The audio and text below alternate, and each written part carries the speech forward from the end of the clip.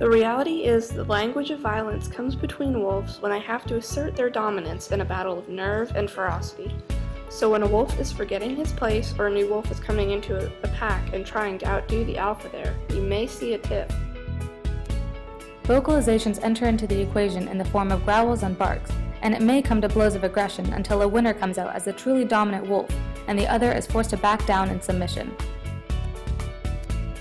That's what violence may look like, but bringing ear and tail action into the body language offers more ways to set the scene and know your place as a wolf before things escalate to all that, like a simple formula for dominance and submissiveness. Ears flat back plus tucked in tail plus slumping body posture equals submission. Ears sticking up or out to the side plus bared teeth plus wrinkled snout equals threatening. So, that's a broad look into the way wolves physically communicate within the pack, which is certainly a major use in communication behaviors.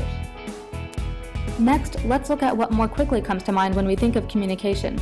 Let's talk about talking. Wolves use a complex system of barks and whines, growls and howls to tell each other what's what.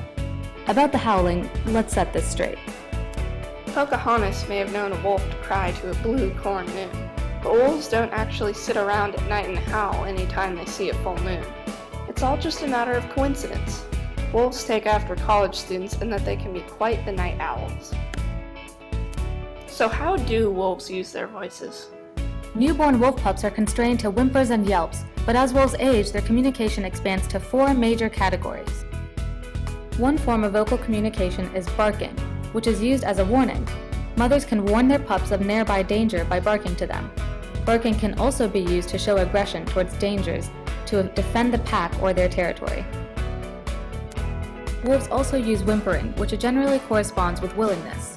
A mother can let her pups know she's willing to nurse them by a little whimper noise, or a wolf can whimper to show its submissiveness towards a dominant wolf. Another warning noise is growling, which can be used to be threatening towards intruding wolves or predators, or to show dominance towards a subordinate wolf. Finally, wolves howl.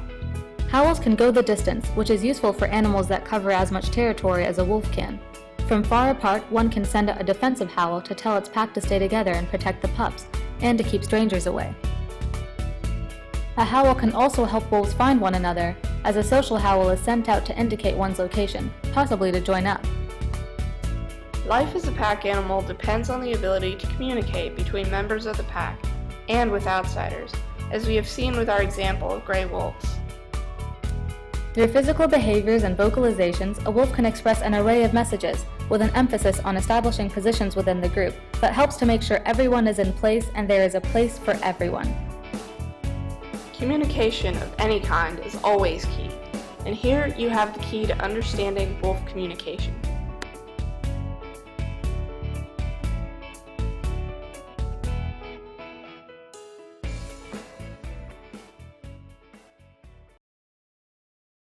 Created using Part2.